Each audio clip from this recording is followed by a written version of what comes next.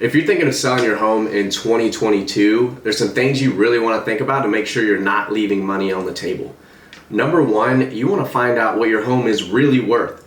So the last 2 years have been absolutely crazy in the real estate market, and 2022 is going to be the same way. You know, at the bottom line, we've still got a shortage of supply and a surplus of demand, which is good for you, the seller. Chances are you'll sell your home at a top dollar price if you do things the right way. So I want to get into that with you real quick. Number one, when you're pricing the home, you know, there's a lot of fancy calculations out there that, you know, the algorithms will make for you, you know, a lot of estimates, if you will. But that being said, there's a lot that those don't take into account. You know, they don't take into account the distressed seller in your neighborhood or the estate sale or, you know, maybe the divorce or stuff like that. They don't take into account those situations. They also don't take into account the repairs that were done in the home, the interior. All they're looking at is square footage, bedrooms and bathrooms, the year it was built, and the location, and that's pretty much it. So if you're just going off of those estimates, chances are you're either going to price way too high and the home's going to sit, or you're going to price too low and leave money on the table. How to market your home. There's a few things you want to do to properly prepare your home before it ever hits the market. The number one question I get from sellers is, hey, what should we do to the home? Where should we've got a couple $1,000 or we got $10,000, whatever it is, or we don't have any money to put into the home, how do we sell it? And it's a custom tailored plan. There's no one way to do it when you sell your home.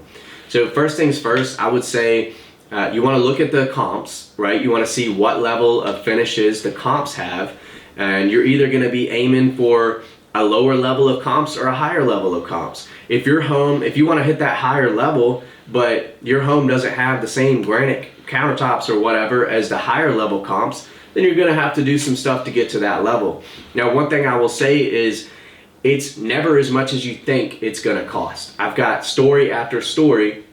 The craziest story was on the low end is where I had a client with a $4,000 budget, and we were able to strategically, you know, implement that money and put it to work, and he ended up with a $20,000 return. On the high end, I had a client who was willing to put right at 30 grand into the home, and you know, they ended up with $110,000 return on 30 grand.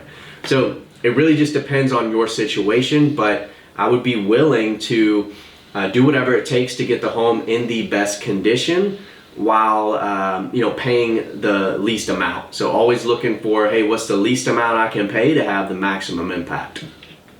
When you get ready to list your house, then you're going to look at, you know, staging and photos, the actual presentation and marketing of the house.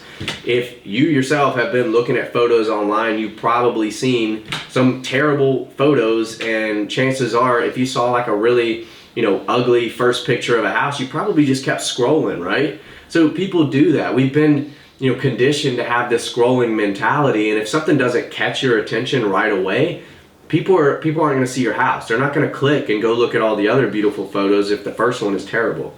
So not to mention, if you've got terrible photos, that just reflects on you, it reflects on your house. You're going to get a lower price for your house. It's like basically like when you go to sell a car, you want to wash the car, you know, get it detailed, whatever, before you take it to the lot, because you know you're going to make more money. Same thing, but obviously at a way bigger scale. So staging, you don't have to bring in furniture, nothing crazy like that, but you do want to position the home so that it's, number one, so that it's presented very well in the photos, and number two, so that it's a pleasant experience for the showings as people are walking through your home. You want to make sure it smells nice. You want to make sure people aren't having to step over stuff, you know, shoes at the door, or, you know, make sure there's not dishes in the sink. It's like these little things make a big difference.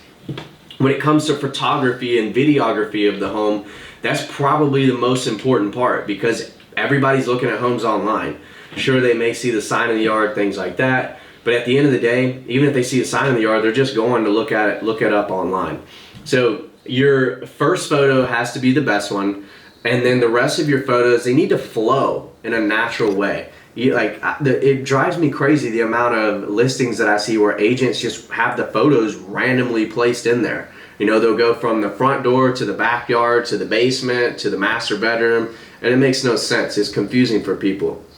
You want to make sure is good quality, good lighting. You want to make sure the home is, just presented in the best way. I've seen, and make sure it's true too. You've probably seen this actually, the amount of listings that have the steepest driveway imaginable, but in the photo, it looks like it's completely level. And, in a way, I kind of get what they're trying to do, but it's dishonest.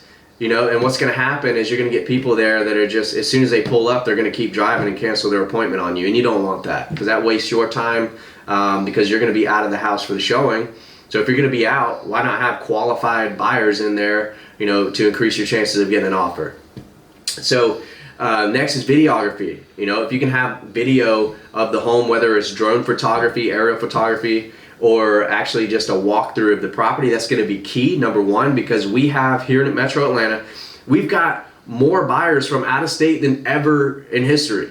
So take advantage of that. They can't just hop on a plane sometimes and be there the next morning, so they have to have a better online experience. So if we can give them that, then you're increasing your chances of a bigger buyer pool, which means you're increasing your chances of multiple offers, which means you're increasing your chances of a price that's above what you're even asking for.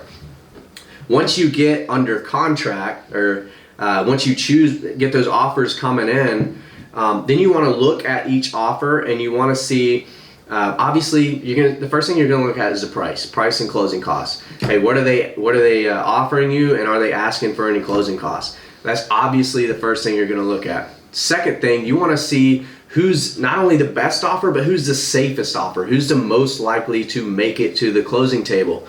So once you look at price and closing costs, then you start looking at things like contingencies and what type of financing, and is it a short contingency period or a long one, or is there one at all? Is it cash? Is it, do they have another house to sell that is contingent upon? Even financing gets tricky. What type of loan? Are they a W-2 employee, or are they a 1099 contractor? There's all these little things matter when you're thinking about which is the safest offer and which is the most likely to make it to the table. Once you find that offer and you go under contract, then you're going to have the inspection. So if you can get ahead of a few things before you list it, if you've got a couple repairs that are going to come up on that inspection, why not go ahead and have your local handyman or whoever go ahead and fix those things for you at a lower cost? Because if you don't, what's going to happen is people are going to come in, they're going to ask you to fix stuff, and they're going to require a licensed contractor. Sometimes they're going to choose the contractor to go in and fix it, and it's just going to cost you more money in the end. So when you sell your house, the best thing that we can do together is just be so prepared in the beginning that it makes it easier on us throughout the whole rest of the process. Once you make it over that inspection, you've got the appraisal next, and that's the biggest thing right now is appraisals. Right now, appraisals are really 50-50. It might come in at value, might come in a little over value, but it might come in 10 grand low. So all of a sudden, that really good offer you thought you had, now it's $10,000 less, or else you can't close. So you have to make some decisions up front about what to do in that scenario. Are you protected in the event that the appraisal comes in low? If you're not, and it comes in low, then you have to make the decision to reduce your price or put it back on the market and try again.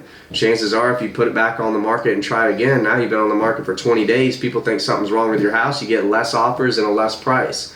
So all this stuff comes into play. Regardless, as you can see, there's a lot to it here. What I do is sit down with people and create that custom tailored strategy.